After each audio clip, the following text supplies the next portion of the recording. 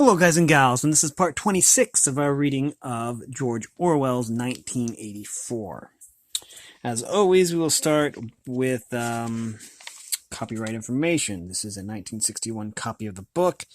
All rights reserved, including the right to reproduce this book in or any portion thereof in any form.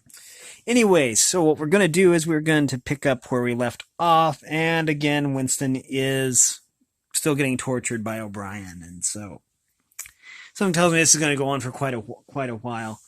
Of course, O'Brien is kind of breaking Winston down, and so we're going to see how this goes. Anyways,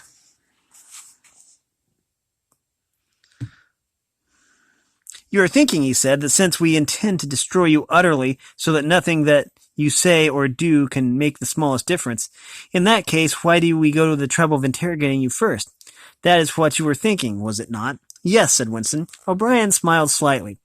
You are a flaw in the pattern, Winston. You are a stain that must be wiped out. Did I not tell you just now that we are different from the persecutors of the past?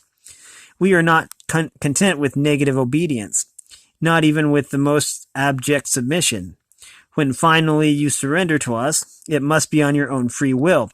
We do not destroy the heretic because he resists us. So long as he resists us, we never destroy him. We convert him. We capture his inner mind. We reshape him. We burn all evil and all illusion out of him. We bring him over to our side, and not in appearance, but genuinely, heart and soul, we make him out of ourselves before we kill him. It is intolerable to us that an erroneous thought should exist anywhere in the world, however secret and powerless it may be. Even in the instant of death, we cannot permit any deviation. In the old days, the heretic walked to the stake still a heretic, proclaiming his heresy, exulting in it. Even the victim of the Russian purges could carry rebellion locked away in his skull as he walked down the passage, waiting for the bullet. But we make the brain perfect before we blow it out. The command... Oh, wait, what's this? The page is kind of bent. Let me just... Oh, yeah, the command of the old despotism was, thou shalt not. The command of the totalitarians was, thou shalt. Our command is, thou art. No one whom we bring to this place ever stands out against us.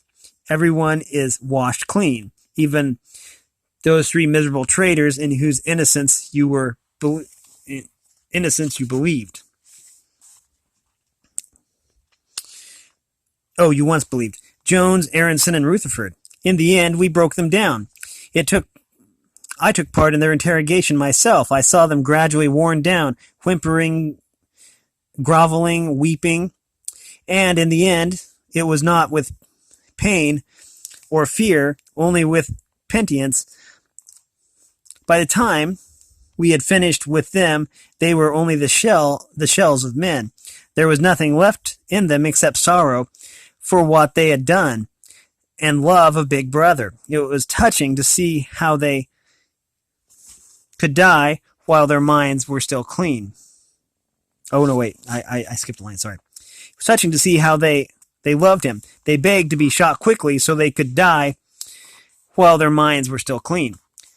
His voice had grown almost dreamy. The exultation, the lunatic enthusiasm was still in his face. He is not pretending, thought Winston. He is not a hypocrite. He believes every word he says. What most oppressed him was the consciousness of his own intellectual inferiority. He watched the heavy yet graceful form strolling to and fro, in and out of the range of his vision. O'Brien was a being in all ways larger than himself. There was no idea that he had ever had, or could have, that O'Brien had not long ago known, examined, and rejected. His mind contained Winston's mind, but in that case, how could it be true that O'Brien was mad? It must be he, Winston, who was mad. O'Brien halted and looked down at him. His voice had grown stern again. Do not imagine that you will save yourself, Winston. However completely you surrender to us, no one who has once gone astray is ever spared. And even if we choose to let you live out the natural term of your life, still you would never escape from us. What happens to you here is forever. Understand that in advance we shall crush you down to the point from where there is no coming back. Things will happen to you from which you could not recover. If you lived 1,000 years, never again will you be capable of ordinary human feeling. Everything will be dead inside you. Never again will you be capable of love, of friendship, or joy, of living, or laughter, or curiosity, or courage, or integrity. You will be hollow. We shall squeeze you empty, and then we shall fill you with ourselves. He paused and sighed and signed to the man in the white coat. Winston was aware of some heavy piece of apparatus being pushed into place behind his head. O'Brien had sat down beside the bed, so that his face was almost on level with Winston's. 3,000, he said, speaking over Winston's head to the man in the white door. Two soft pads, which felt slightly moist, clamped themselves against Winston's temples. He quailed. There was pain coming, a new kind of pain. O'Brien laid a hand, reassuringly, almost kindly, on him. This time it will not hurt, he said. Keep your eyes fixed on mine. At that moment there was a devastating explosion, or what seemed like an explosion, though it was not certain whether there was any noise. There was undoubtedly a blinding flash of light. Winston was not hurt, only prostrated. Although he had already been lying on his back when the thing happened, he had a curious feeling that he had been knocked into that position.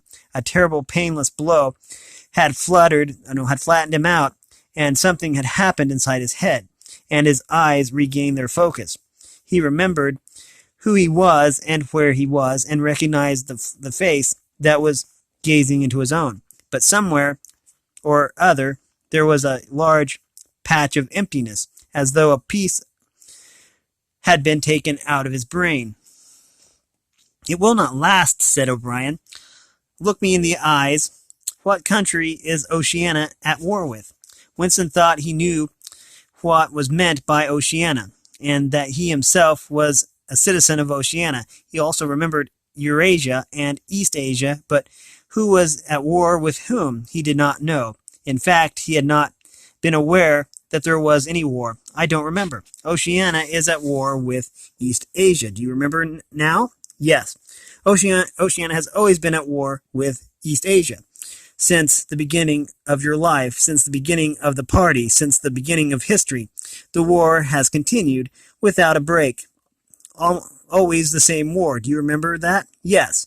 11 years ago, you created a legend about 3 men who had been condemned to death for treachery. You pretended that you had seen a piece of paper which proved them innocent. No such piece of paper ever existed. You invented it, and later you grew to believe in it. You remember now the very moment at which you first invented it. Do you remember that? Yes. Just now I held up the fingers of my hand to show you. You saw 5 fingers. Do you remember that? Yes.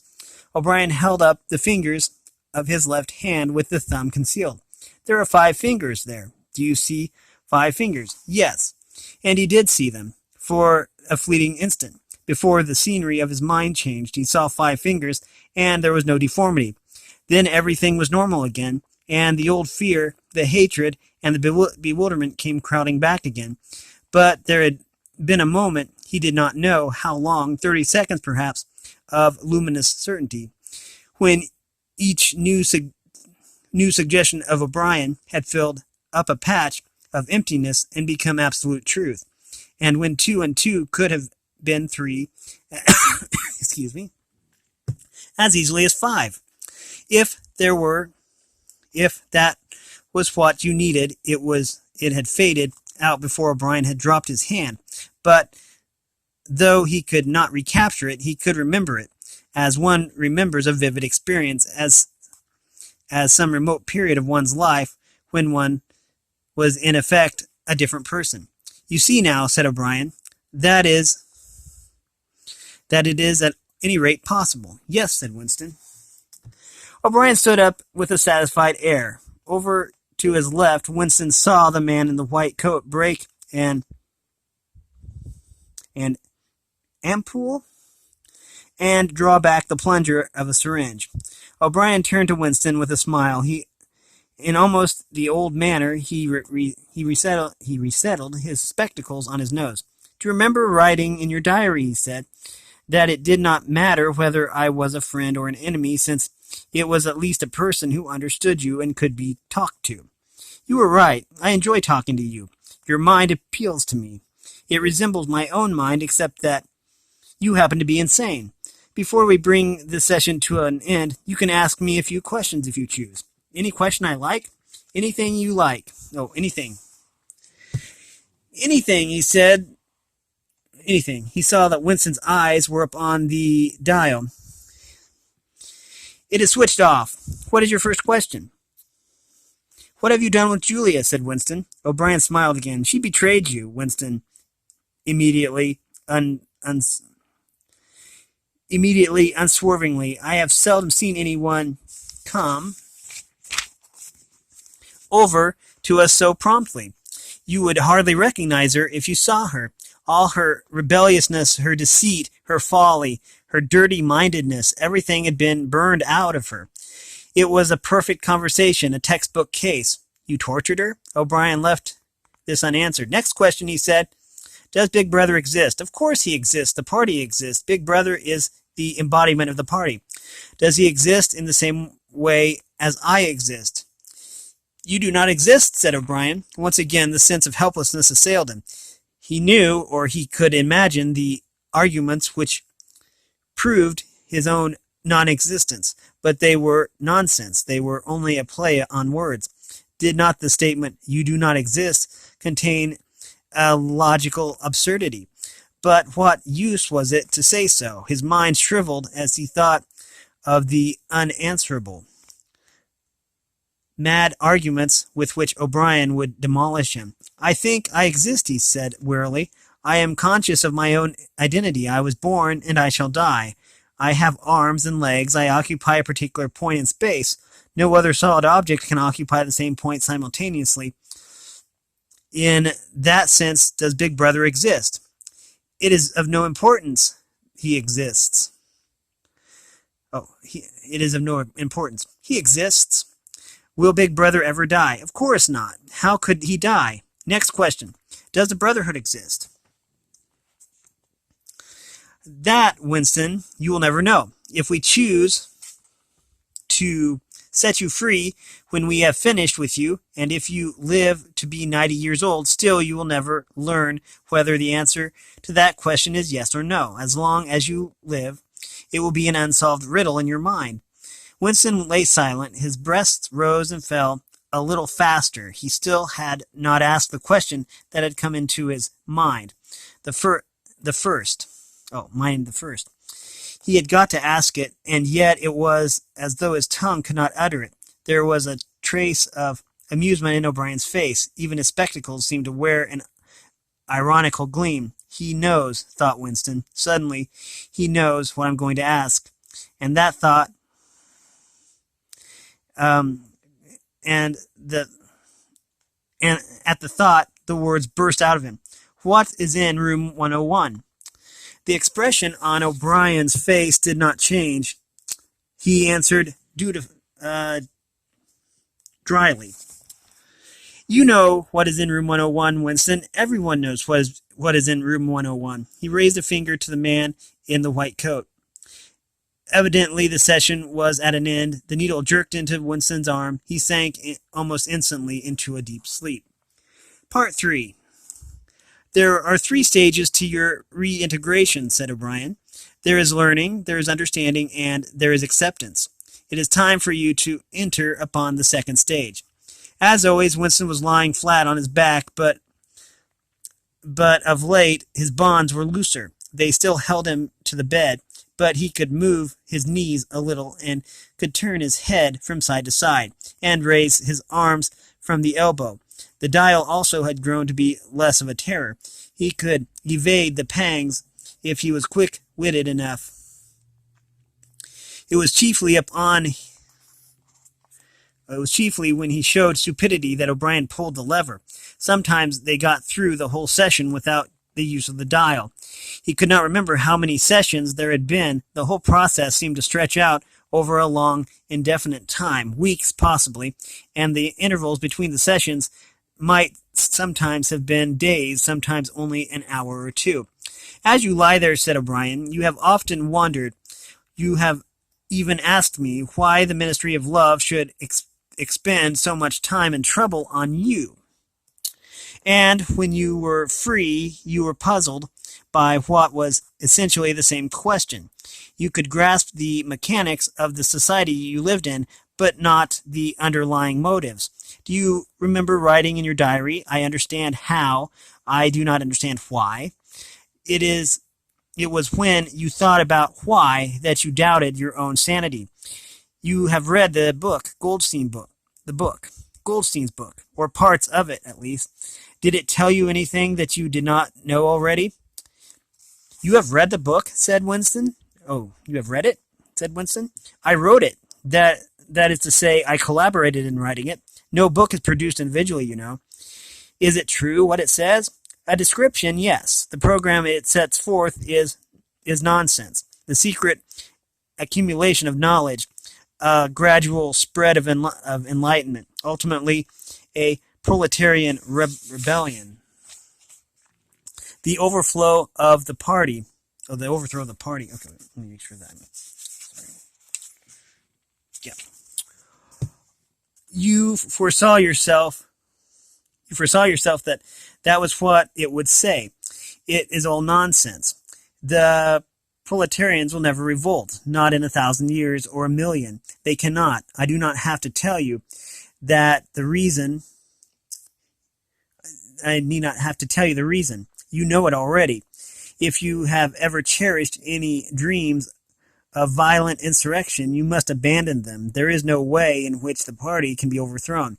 The rule of the party is forever. Make that the starting point of your thoughts. He came close to the bed. Forever, he repeated. And now let us get back to the question of how and why. You understand well enough how the party retains itself in power. Now tell me why we cling to the power. What is our motive? Why should we want power? Go on, speak, he added as Winston remained silent.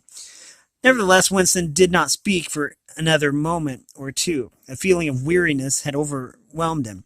The faint, mad gleam of enthusiasm had come back into O'Brien's face. He knew in advance that O'Brien would say, that the party did not seek power for its own ends, but only for the good of the majority, that it sought power because men in the mass were frail, cowardly creatures who could not endure liberty or face the truth, and must be ruled over and systematically deceived by others who were stronger than themselves. That the choice for mankind lay between freedom and happiness, and that for the great bulk of mankind, happiness was better, that the party was the eternal guardian of the weak, a dedicated sect doing evil that good might come, sacrificing its own happiness to that of others. The terrible thing, thought Winston, the terrible thing was that when O'Brien said this, he would believe it. You could see it in his face. O'Brien knew everything, 1,000 times better than Winston. He knew what the world was really like, in what degradation the mass of human beings lived, and by what lies and barbarities the party kept them there. He had stood it all, weighed it all, and it made no difference. All was justified by the ultimate purpose. What can you do, thought Winston, against a lunatic who is more intelligent than yourself, who gives your arguments a fair hearing, and then simply persists in his lunacy? You are ruling over us for our own good, he said, feebly. You believe that human beings are not fit to govern themselves, and therefore, he started to almost cry out. A pang of pain had shot through his body. O'Brien had pushed the lever of the dial up to 35. That was stupid, Winston, stupid, he said. You should know better than to say a thing like that. He pulled the lever back and continued. Now I will tell you the answer to my question. It is this. The party seeks power entirely for its own sake. We are not interested in the good of others. We are interested solely in power, not wealth or luxury, or long life or happiness. Only power, pure power. What pure power means you will understand presently. We are different from all the oligarchies of the past, in that we know what we are doing. All the others, even those who resembled ourselves, were cowards and hypocrites. The German Nazis and the Russian communists came very close to us in their methods, but they never had the courage and to recognize their own motives. They pretended, perhaps they even believed, that they had seized power unwillingly and for a limited time, and that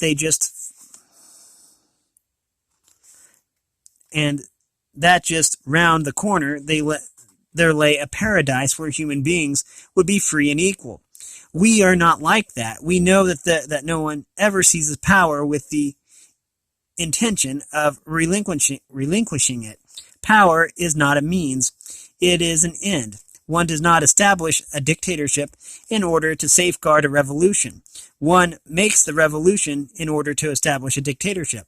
The object of the persecution is persecution. The object of torture is torture. The object of power is power. Now do you begin to understand me? Winston was struck, as he had been struck before, by the tiredness of O'Brien's face. It was strong and fleshy and brutal.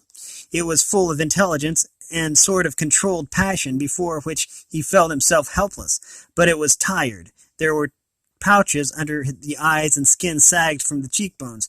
O'Brien leaned over him, deliberately bringing the worn face nearer.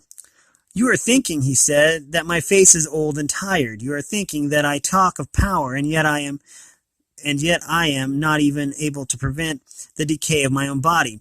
Can you not understand, Winston, that the individual is only a cell? The weariness of the cell is the vigor of the organism. Do you die when you cut your fingernails? He turned away from the bed again and began strolling up and down again, one hand in his pocket. We are the priests of power, he said. God is power. But at present power is only a word so far as you are concerned. It is time for you to gather some idea of what power means. The first thing you must realize is that power is collective. The individual only has power insofar as he ceases to be an individual. You know the party slogan, freedom is slavery. Has it ever occurred to you that the reverse, slavery is freedom alone, that it is reversible? Slavery is freedom. Alone, free, the human being is always defeated. It must be so, because every human being is doomed to die, which is the greatest of all failures. But if he can make complete, utter submission, if he can escape from his identity, if he can merge himself in the party so that he is the party, then he is all-powerful and immortal. The second thing for you to realize is that power is power over human beings, over the body, but above all, over the mind. Power over matter.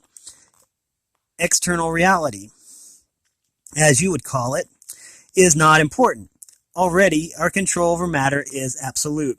For a moment, Winston ignored the dial. He made a violent effort to raise himself up into a sitting position and merely succeeded in wrenching his body painfully. But how can you control matter? He burst out. You don't even control the climate or the laws of gravity, and there are disease, pain, death. O'Brien silenced him by a movement of the hand. We control matter because we control the mind. Reality is inside the skull. You must learn by degrees, Winston. There is nothing that we could not do. Invisibility, levitation, anything. I could float off this floor like a soap bubble if I wished to. I do not wish to because the party does not wish it. You must get rid of these 19th century ideas about the laws of nature. We make the laws of nature. But you do not. You are not even masters of this planet. What about Eurasia and East Asia? You have not conquered them yet. Unimportant. We shall conquer them when it suits us. And if we did not, what difference would it make? We can shut them out of existence. Oceania is the world. But the world itself is only a speck of dust, and man is tiny, helpless. How long has it been in existence? For millions of years, the earth was uninhabited. Nonsense. The earth is as old as we are, no older. How could it be older? Nothing exists except through human consciousness. But the rocks are full of bones of extinct animals, mammoths and mastodons, enormous reptiles which lived here long before man was ever heard of. Have you ever seen those bones, Winston? Of course not. 19th century biologists invented them. Before man, there was nothing. After man, if he could come to an end, there would be nothing. Outside man, there is nothing. But the whole universe is outside us. Look at the stars. Some of them are a million light years away. They are out of our reach forever. Okay, we are going to have to stop this right here. Let me grab the bookmark here. Okay. It's upside down, but that's okay. We have been reading from George Orwell's 1984. If you like this content, make sure you like and subscribe. And ring the bell so you know when I upload. And if you support me in any way, all that information will be in the description below.